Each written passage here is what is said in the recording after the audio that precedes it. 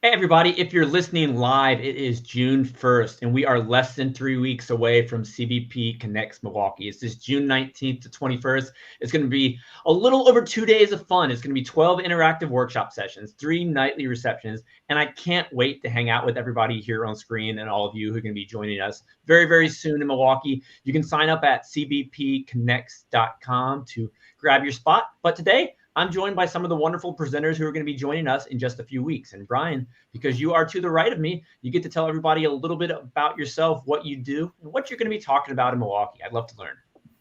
Excellent. Thanks, Andrew. Thanks for letting me be a part of this. I'm Brian Winkler, founder and creative director at Robot House. We're in Oklahoma City, and we're a branding agency that works with craft brewers and beer adjacent businesses and all kinds of businesses to do brand development, which means logos, websites, all that kind of stuff, as well as packaging design. We love doing a lot of that. Got crush sheet behind me from last year. We're waiting on our platinum one from this year. What did you win your crush sheet for? Last year was for Coop. It might have actually been for the Sonic Hard Seltzer, which we have a big pool floaty behind it. This year was for brand and development and can designs for Skydance Brewing in Oklahoma City, which is like 4 blocks away from us. So we live in a dangerous part of town because there's tap rooms all around within walking distance. So yeah, the Wednesday morning in Milwaukee, and I've never been to Milwaukee. I can't wait to see what it's all about.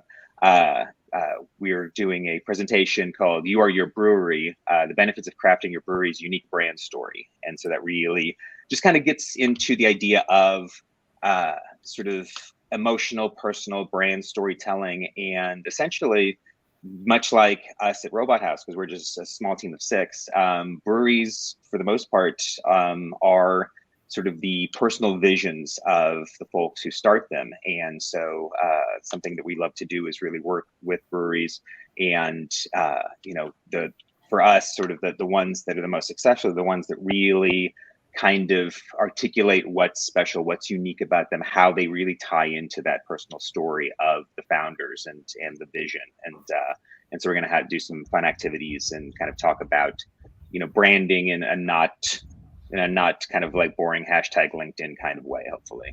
Well, it's going to be a great time. I'm excited for your session on that Wednesday morning.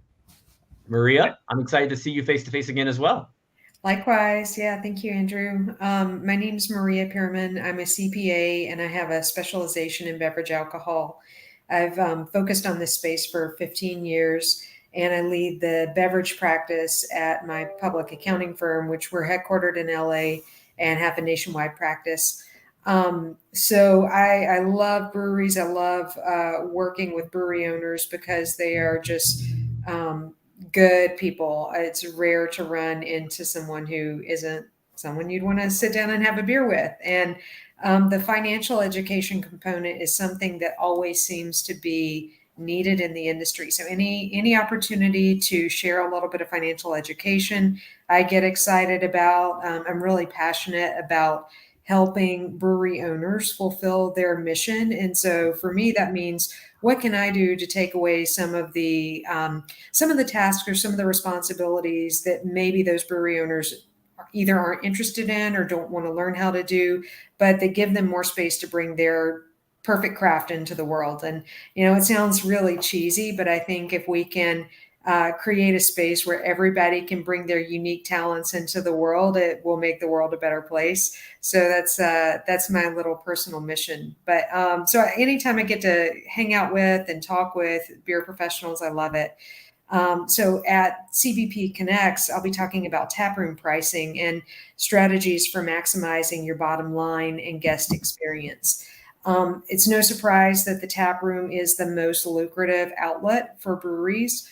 When you look at the margins on a pint of beer sold, it just blows out of the water anything that you might expect from a wholesale environment. So while that's great and there's rich margins across your counter, there are things that you can do to take that to the next level. And that's what we're going to go into is how can you look at data and what type of things can you measure that'll help take that profitability in your own tap room to the next level. We'll talk about some KPIs that maybe might be new to you that you can use to track this these key performance metrics. And then also talking about opening a new location. How do you decide when it's the right time to do so?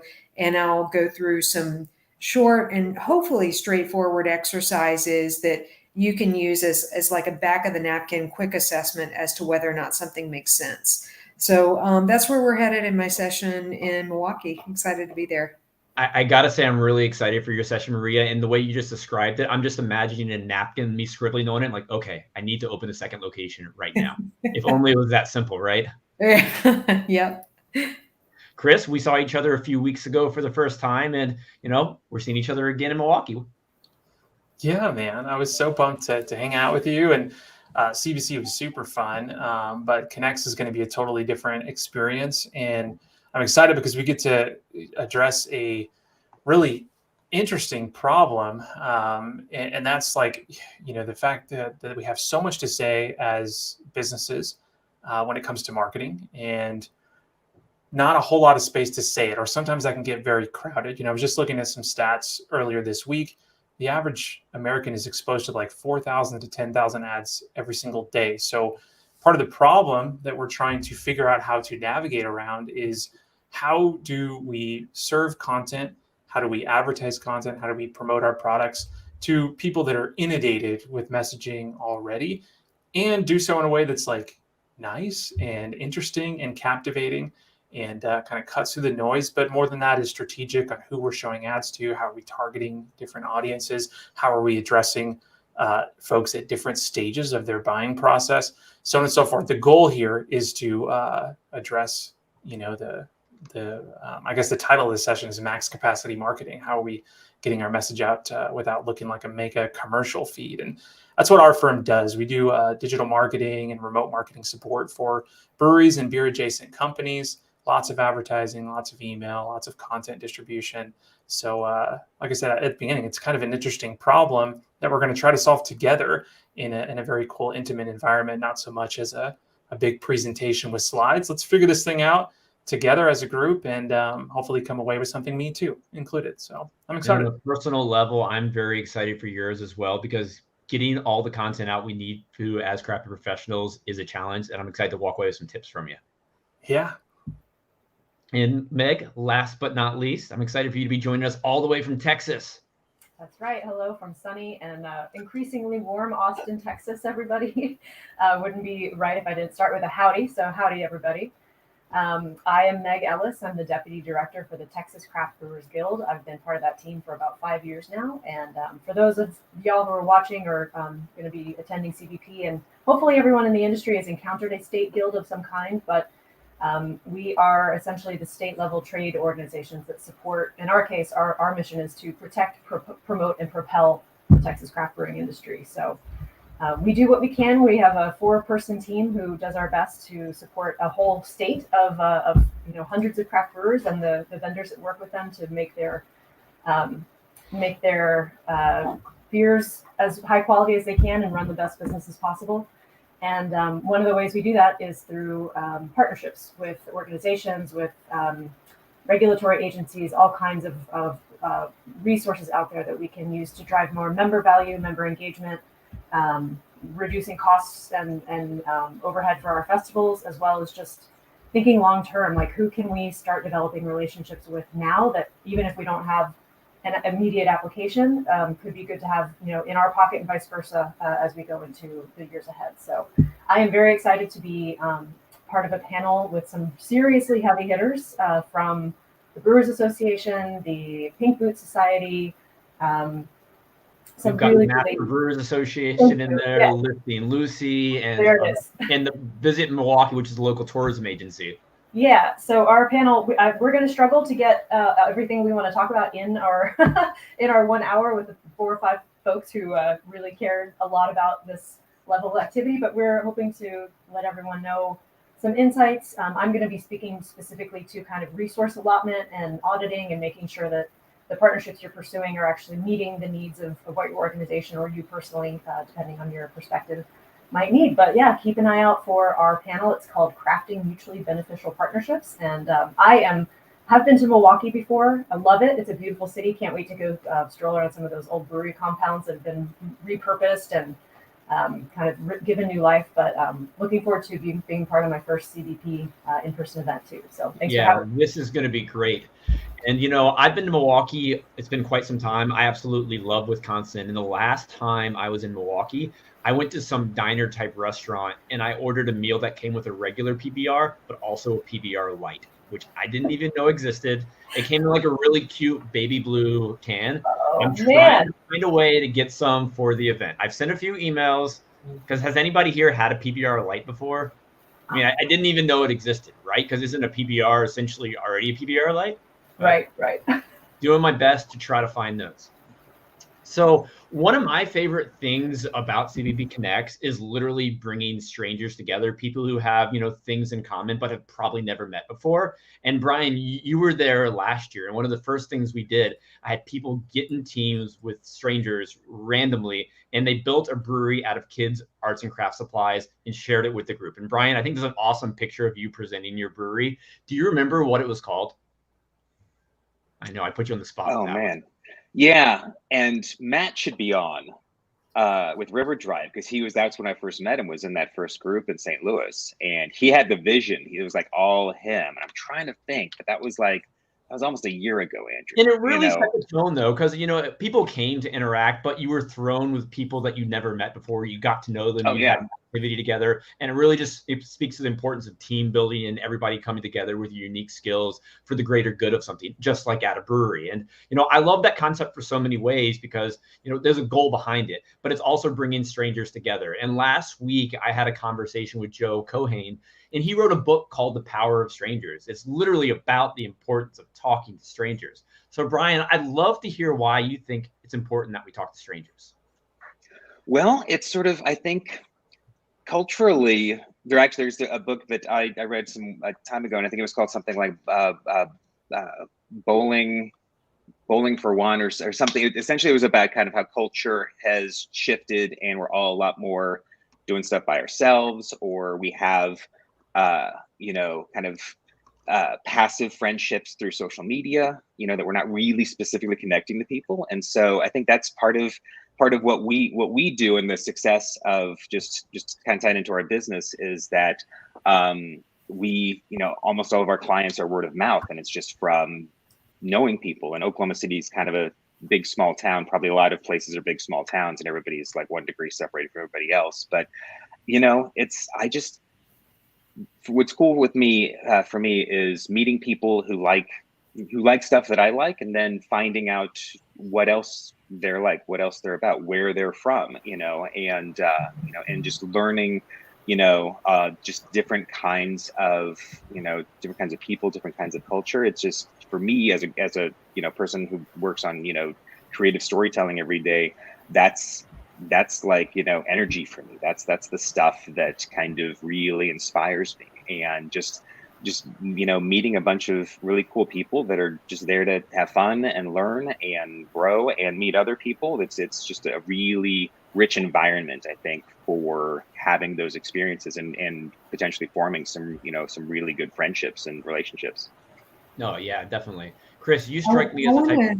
Sorry, I just wanted to jump in and say, I think that you're so right, Andrew, that our world has gotten very isolated. And as much as we're connected, we're also alone throughout so much of the day. And it's like this false connectivity. And I think that tap rooms are a real center for true human connection. And so I love that you're weaving in this idea of like the power of strangers into tap rooms, because it really is one of the few places. It's almost like we're kind of getting back to the tap room being the center of community in the neighborhoods. And it's so important because our life just is inundated with social media and LinkedIn and all these, kind of false fronts for social connection. So I really applaud you for bringing that in. I think it's yeah. I mean, it's fun to meet new people, but it's also fun to deepen the connections with those we kind of know. I mean, I remember, Maria, is when you and I think probably met for the first time face to face. It was that panel at Woods Boss in Denver, CBC. in 2021. That was like, the first big event we'd all done following the pandemic, kind of mid-pandemic, if you will. And I didn't really know what to expect. A lot of us had kind of turned off our social interaction skills for a while. And for me, that event was really, really special for a couple of ways. First off, it was like really, really interactive. There was 5 or 6 of us on stage, leading the panel, but the audience was asking questions. It was intimate. It was just a really, really great experience. And then following the panel that we had, it turned into just the opportunity to build relationships and have those meaningful conversations in that room of about 100 people. But, in that room, there was people like yourself who I never met face to face, but I think we all felt like we kind of knew each other. Like, what do you remember about that day? I do remember that. I remember and not only at that event, but also, so that was part of the first CBC after COVID, and that sort of off-cycle CBC. And it felt like there was so much pent-up demand for human connection, like just to sit down and have a conversation with someone. And so we were all like extra excited and giddy because we're actually meeting people face-to-face again. So, COVID was this weird social experiment where, we forget how hardwired we are for that social connection. But I'm very thankful that we're in a spot where we can do that again. And I think intimate events like that, they're just really special because it allows for deeper, meaningful relationships to get, formed. And the thing I love is you never know who you're going to meet. And when you get to be in a room full of people and you maybe have a name tag, but there's no title, there's no association, you get to form these relationships in a much more organic way than trying to connect about what it is you do rather than just like what you're there to learn or get out of the experience. I love that. Mm-hmm. Meg, when you meet someone for the first time, is there a question you like to ask them, or how do you like to approach a stranger? Yeah, I try to ask something experiential. So like what was the last movie you went to see, or things that aren't necessarily like opinion oriented, like what's your favorite movie that we might disagree on, but have you read any books that you really enjoyed, or have you things that are a little bit more less quantifiable, a little bit more anecdotal. I really like that, especially because in a workplace environment, it catches people off guard. They're, it's a little bit fun to watch them go like, oh, that's not the question. I was ready to talk about my brewery, or like how many barrels we're making, or what kind of legal challenges we're struggling with. But to really, I think it helps that person know that they're being seen as an individual and a person and a whole person, not just the role that they're playing at their business. So I'd love to throw a curveball question at someone. Oh my gosh, I can relate so much, because after having so many conversations on Zoom and just so many business type meetings, you don't want to go to a social gathering. It's like, oh, well, what do you do? Like, it just takes so much energy sometimes. Mm-hmm. What was the best meal you ate recently? Like, tell a story about it. Mm-hmm. I'm so interested in that. So Meg, what is a book you've read recently that you've enjoyed? Oh my gosh. I'm kind of struggling through a very long book right now that is occupying a lot of it's called The City of Saints and Madmen. It's by an author who wrote his name is Jeff Vandermeer, and he wrote the Annihilation trilogy, which was recently made into a movie with Natalie Portman.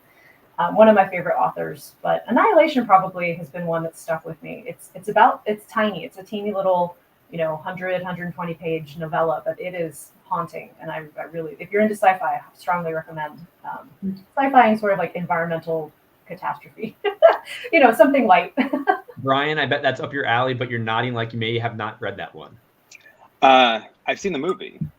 I've gotten lazy in my age and tend to see movies before reading books. But I have tried to read more, because again, it's like everybody's just sort of scrolling, all day long. And so actually I still like having the, and that's, I think that ties into the idea of community and of in person. For me, part of it is sort of like that the substance of stuff, a book, or a thing, and a beer, and an actual face-to-face conversation. I think that's all, for me, it kind of all ties into that same sort of want and need that, I think we all still have, that hopefully isn't the young generations, like my 14-year-old who's just on his headphones and scrolling TikTok and YouTube all day. Hopefully he's, he'll eventually find, value in that kind of thing. Yeah, it's nice to disconnect and have those conversations. And, Tuesdays I take my son Max to swim lessons at the YMCA, and I love going because my phone's going to be in my car. It's going to be in my locker. It's not on me. But the other day when I went, my mind was blown when 3 out of 5 people in the hot tub were on a phone. I don't know. That was just like the weirdest Well, they're waterproof now, man. I guess they're waterproof now. So technology is improving, but yeah, the goal is to disconnect sometimes and have those meaningful conversations. And, Chris, to throw it to you, I was going to say early on that you seem like the kind of person, don't take this the wrong way, who likes to talk to strangers. Do you like engaging with strangers, Chris? Yeah. I love it because I'm like super curious person, and I'm very like fascinated by different parts of the world and different backgrounds. If I travel and I'm in a different country, I'd like embarrass my wife because I'm like, I just want to talk to this person and see like what is going on, what's their day like, what are they eating, like what routes do they take to work, like what is really it like over here, because I have my perspective of my life and what I've gone through and where I live and all these things, but when you get to see it through somebody else's eyes, like it makes me feel more human. It makes me feel more connected to the planet and everyone here. And it's like, man, this is so fascinating to me. So I very much so enjoy talking to strangers, although I'm less of like the bubble popper person. And what I mean by that is like, if I'm in a group of people where we have somebody who's like really good about just initiating the conversation, then okay, I'm the sustained guy. I'll ask a million questions and keep the conversation going. But breaking the initial ice is definitely a hurdle for sure. As much as I like talking, that's the hard part, right? Well, I think everybody you meet in Milwaukee will have something in common, so I don't think you'll have a hard time with that one. Great. No, Chris, you've given quite a few talks in Craft Beer Professionals virtually, and you recently, spoke at CBC as well. I'd love to learn why you're excited to be leading a session in person. I think that the in-person piece of it is, I think you get more out of it, right? Like when you're watching a screen, you're doing Zoom, you got like 14 windows open, you got your email open, you got your phone open. Nobody can see you looking at your phone or whatever else you're doing, but your attention's split. Even if you have the best intentions of absorbing as much as you can from that virtual experience, and as good as it is, you're not going to get all of that you could being there in person, because you just kind of see it differently. I think your mind is in a different spot.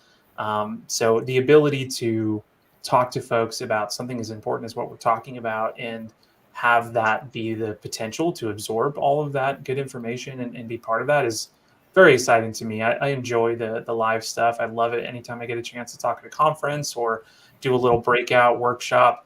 It's always a better, more authentic experience. Not to say that I don't like the virtual stuff too. I love doing that because I don't have to leave my office, man. Well, it's nice to have it out there, but be able to attend in person too. Yes, and that's the other part about it is I get to learn as well. And as much as it is me trying to share information, it's about me learning as well, because I don't know what I don't know, and getting a chance to learn from others and live in-person feedback while I'm leading a session, I learn at that point too. So it goes both ways. Agreed. Now, but for everyone else, you all have done your share of virtual presentations as well. How do your goals change when you're giving a talk in person versus virtually? Are there any noticeable differences that you take to your approach, or outcomes you expect or hope for from the presentation? For me, Yeah, I go ahead. I really do try to get people talking. And I think that when you're in person, you can get to the heart of true questions that they have so that people can walk away with either actionable information that they can execute on, or if someone has a specific question, you can ask clarifying questions and get to the heart of it and really get their question answered. So it's a much more effective use of presenting when you can do it in person, in my opinion. And, there's benefits of the online stuff, like probably scale and reach is a lot better with online. But I just think that that being able to draw people in is much more present in an in-person environment. Brian? I like seeing faces.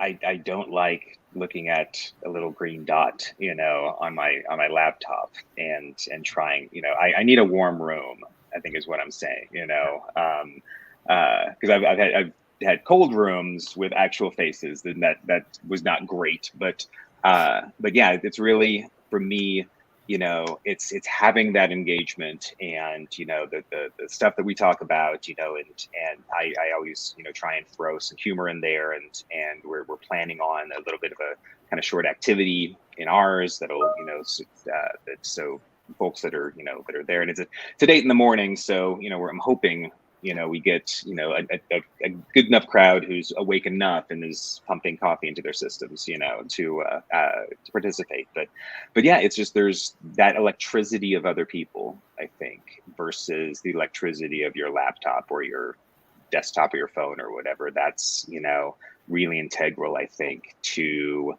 really knowing that you're not just sort of talking into a void, that you're really making connection. To see people nodding, as you're talking, that's something that is a nice, sort of momentum booster to see that yeah, this is connecting. Yeah, It's a little more pressure too, right? I'm sorry, Chris. Real quick, I think there's a little more pressure to make sure your content does land, because like if it doesn't work out virtually, it's like, all right, I just don't pay attention. You don't feel that attention loss, but in person, it's like, well, if they're tuning out to you in person, that stings a little bit. You start to get a little nervous up there. So making sure your content's good is some pressure there for sure. Anyways, go ahead, Meg. Yeah, absolutely. It's like the difference between preparing or filming a movie versus putting on a theater production. The audience gets to be part of that and becomes part of the presentation in its entirety because of the way that you can respond to them. And I think in terms of preparing for something virtually is sort of like, okay, it's the Meg show, and I just start and I'm on, and then when it's done, it's done. Whereas, so I might spend a little bit more time, equal intention of preparation, but a different style. So for an in-person, I might leave a little bit more room for audience engagement, or like Maria was saying, to invite questions, invite conversations that can really respond to what the audience needs, rather than just kind of like, here's what I'm going to talk about today. I would agree with you on that, Meg. There's definitely differences, as you all mentioned, between presenting in person and virtual. I think many of us have gotten guilty of using presenter notes a lot when we do the virtual presentation. So, I find that when I get ready for my in-person sessions that I lead, which I absolutely love leading, I'll have my notes ready and I'll have slides if I have slides, but then I'll just kind of forget about them. Then I'll just play off the crowd, the energy's there, and I enjoy it so much more.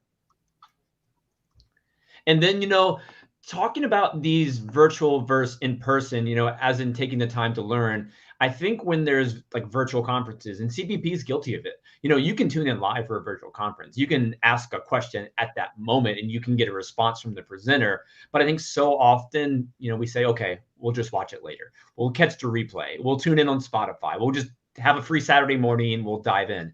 I think there's something to be said about being a little bit more intentional in taking the time to go to these in-person events. And Meg, you and I were just talking yesterday about so often people, are separated from a lot of other people just like themselves. So people could be in remote parts of Texas, not have any other breweries near them. They're a little isolated. So, I'd love to throw the question and start with you, Meg. Why is it important that we take this intentional time, professional development, education that's in person? Because otherwise, to be speaking from my experience, otherwise it's not going to happen. Like, I have to schedule it. And I'm kind of amazed. I've been thinking about this since we started talking this morning. I'm able to work in my office, which is in my home environment. I don't do anything else at home. I have to remove myself to go to a designated place where I can be like, okay, I am here to do this thing now and nothing else. Andrew, like you were saying, leaving your phone in the car while you're working out, like that's not part of why I'm here. So for me, that kind of physical aspect of going to a place to do a certain thing or learn a certain topic or engage with people in a particular way is very, very meaningful. Like I'm, of the things, my hobbies, physical exercise, musical performance, none of that happens at my house. I have to go off site to do that. Otherwise it never happens, because there's always dishes or there's an email to write or, any other number of things that I'm trying to task manage that are going to get in my way every time, no matter what I think I can actually pull off. So Meg, you interact with so many breweries in your role. How can we convince them? I don't like using the word convince, but show them the value of taking that intentional time on your calendar to whether it's attend a guild event, whether it's a CBP Connects, or whether it's a craft brewers conference. Like, how can you say, look, I know you're busy, you wear a billion hats, but I promise taking these 3 days will help you. Like, how do we get that out there? Yeah, I think to the easiest answer, I'm sure there's more that I could come up with. But the easiest answer is, can you afford not to? Because if you're constantly responding and in reaction mode, rather than creating time to be strategic and think long term, you never, just like I said, if you don't prioritize it, it doesn't happen. So I think pitching that idea that even if it's just an afternoon, you don't have to commit to the whole thing, but the opportunity to go out and find, unexpected inspiration or new connections within your network or even among your team that you didn't know were there can be so valuable, and not just in terms of employee retention and professional development, but it can actually save your company money down the road. So I think that's the most accessible answer, but I'm sure my co-panelists here have some more insight on that. What I've seen work in lots of industries is, and this is a very tactical answer, but having the sharing of the experiences of the people there, coming from their perspective, right? Whether it be a video, word testimonials are great, but I think a video testimonial is so fantastic when you can see that and it's authentic and the person's talking about what they felt during the presentation or during the conference or the experience, and then sharing that information or sharing that video or testimonial or whatever. Huge, because that's how we make decisions as whether we're buying products or we're deciding to invest our time somewhere. It's based on what other people think. Think about Amazon and all those reviews that are on there. I think that those shared, I don't want to call it a testimonial because that's essentially what it is, but it's their sharing of their perspective or their experience. And I think that's a great way to go about it for sure. So I'll agree with that one, Chris, because following CBP Connects St. Louis last year, Brian, you were there. We essentially had everybody get in a circle and describe their experience in one word. And it was a last minute decision that I made. It was a lot of fun, but the energy was really cool to hear everyone's unique takeaways. And it almost serves as that awesome marketing reminder of why you need to be there. Just to seeing the smiles on people's faces. I'm like, oh my gosh, I want that again. I need that right now. Yep. So for Brian and Maria, how do you think we can motivate people, to come to these events? And what do you think is important about these in-person get-togethers that, as Meg said, you don't want to miss out on these opportunities because it could be costing you your success? I think about, the accountant that I am, I always think about return on investment. And so particularly for my session, which is about maximizing taproom revenue, we talked about earlier how it's the most lucrative sales channel you have. And what would that look like? What impact would it be if you could shift the equation and make it even more lucrative? And, the strategies that you'll learn in the session are going to serve you going forward forever. And, if you can sacrifice 2-3 days to come, and not only is it going to be an enjoyable amount of time, but it's also something where you'll learn things that you can implement in short order and have a very material effect on the financial well-being of your company, your own livelihood, the livelihood of your employees. It's probably going to make you sleep better at night. Those are some things that have a lot of value, I think, for a lot of people. So I always think about the ROI and, it's a short-term sacrifice, but what are the things I can learn there and carry forward that will really change how I do business? It might not be a drastic change, but it probably is going to be a material change that I can carry forward. Yeah, I think for me, having been to St. Louis and Norfolk last year, it's a curated experience. I mean, it's very much. I think you do a really great job, Andrew. Not to be kissing your butt on live YouTube or anything, but that it's very specifically diverse in terms of the content, in terms of the people that are chosen to speak. I don't make beer. But I've learned a lot about it, and it's, for us, it's important for us to get to know as much as we can about the lives of the folks that we work with, so that we can have that full perspective. I know much more about hops than I ever thought I would learn, but yeah, I think there's every session is intentionally chosen to really kind of have this kind of full perspective of the various angles, of the industry. So from an educational standpoint, I think there's a lot of value there, whether you're a brewer or whether you're in a beer adjacent, business. And then really, just kind of the camaraderie, the people, meeting. Again, I've never been to Milwaukee. I've got some friends up there, so I'm actually going to spend a couple of extra days visiting some folks. And it's always been this. I'm originally familiar with it, through Laverne and Shirley, so it just feels natural that my first trip would be to be a beer centric trip but anywhere I go is kind of a beer centric trip, really. So I think that's all of us, for the most part, probably anywhere we go, that's we want to see that culture and drink that culture and really experience something new and different if it's not some place we've been before. Brian, I love everything you just said so much, but like we're almost 7-8 months away from what we experienced last year in 2022. Like looking back on St. Louis and your experience here in Virginia, what resonates with you the most? Is there that one memory that you look back on either of those, you're like, okay, I really appreciated that, or it was nice to get to know that person, or I learned this awesome thing? Is there anything that sticks with you more so than others?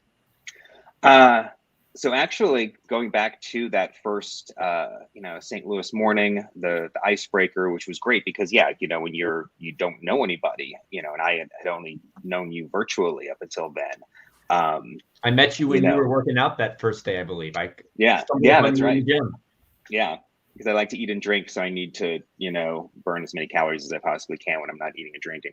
But yeah, doing that first thing and winding up, with Matt from River Drive and finding out he's from Maine, and my brother lives up in Maine, and so he and my brother have actually become friends because I was able to, connect them. And he, he was just a super fun guy and with painted toenails, and it was just a real fun, just kind of casual. Everybody was there to have fun. Everybody was there to get something out of it. And so yeah, I think that's kind of the big takeaway was from the get-go. It didn't take a while for the kind of the room to warm. Going back to the kind of the warm room thing, it's everybody was able to kind of go through. And Andrew likes to push people into awkward situations, and see who rises and falls. I don't think anybody was upset though, Brian. I think everybody. Oh no. It's just it's a lot easier for some folks than others. But I don't think anybody. I think everybody has a good time doing that because it's a great opportunity to to just kind of make some fast friends for sure. Yeah, and I think that kind of set the tone. You met people a little awkwardly at the opening reception last year. Then you're thrown into building something together right away. By night 3, you've got a new set of friends, and it sounds so cheesy, but these are people you can now reach out to when you have questions. To people you can build relationships who are just like you, and those friendships can go a really long way. Yeah, I felt bad because I wasn't able to make it to CBC, and a bunch of new friends that I made at both of them were hitting me up like, hey, am I going to see it? I was like, not this year, maybe next year, But yeah, but that was kind of cool too to have folks reach out and say, hey, I hope to see you, in Nashville. So yeah, it felt good. Well, you'll see him in Milwaukee, and because Matt's not here today, maybe we'll have to consider coming to him for an event in Maine in 2024. So maybe we might have to do that. So Maria, Chris, and Meg, the three of you have not experienced the CBP Connects before. What are you looking forward to about coming to Milwaukee? Probably meeting a group of people who are new to me. I mean, it may turn out that I know a lot of the room, and that would be super cool. But I'm sure there are going to be lots of new people that I haven't met before.